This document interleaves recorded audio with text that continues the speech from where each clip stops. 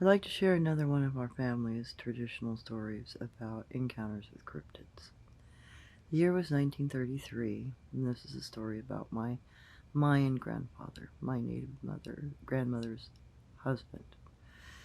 He was working as fire watch at the time in California. So he had a lightning strike that started wildfire on the ridge right across from him.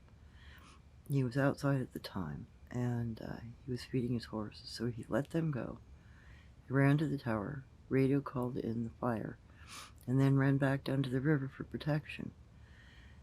The fire raged for 2.5 hours, and 30 feet away from him, nestled in the river along with other animals, bear, cougar, wolves, coyotes, little animals, squirrels, raccoons, badgers, beavers, everything.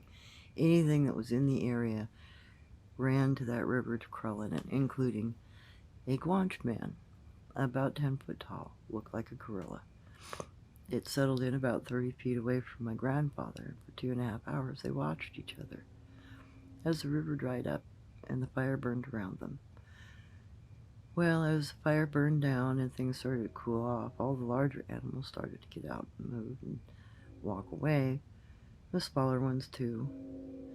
And then there were just, my grandfather and the Gwantch man. And according to my grandmother, they sat for maybe another 30, 40 minutes watching each other, just sitting in the mud, seeing which one would move first. And it was finally the Gwantch man who got up and left. Then my grandfather made his way home.